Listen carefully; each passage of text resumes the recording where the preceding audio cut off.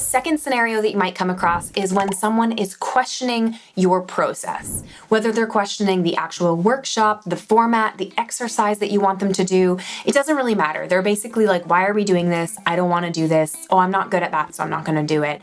That kind of scenario. And it happens quite often. So in this scenario, what you're going to remember is that no one is interrupting or being disruptive just for the sake of it, right? So having said that, what you're going to do is you're going to ask a very clear and simple follow-up question. You're going to say, can you tell me more about why you think this exercise isn't applicable for our challenge, or why you think this process isn't going to work, or why you think that, whatever it is that we're doing here today isn't going to have a proper outcome, right? So you ask them a follow-up question, very direct, and it's not accusatory, it's very open, right? That's the nice part. You could even be smiling. The point that I'm trying to make here is by asking them a follow-up question, you're going to do two things here. First of all, you have acknowledged their concern. You've said, hey, I'm trusting that what you're saying is valid. I just need more information.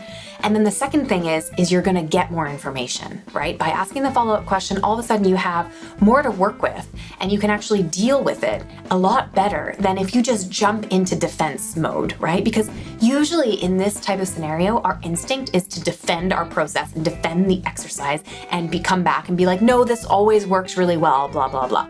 That doesn't work though, because we have no idea why they are questioning it. And that's a problem. So once you know the reason, it could be anything.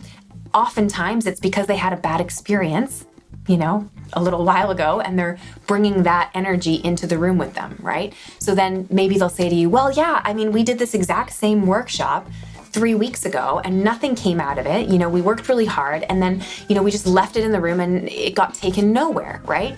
So obviously they're frustrated. And then you can say, that sounds really frustrating. I can completely understand how you feel, that obviously this will probably be a similar scenario. However, I have designed my workshop to have very clear next steps, and I've even implemented a follow-up session so that we can make sure that all the work we do here is actually going to go somewhere, right? So whatever their concern is, likely you'll have a response that will make them feel heard and will relax them and make them feel really confident in you as a facilitator.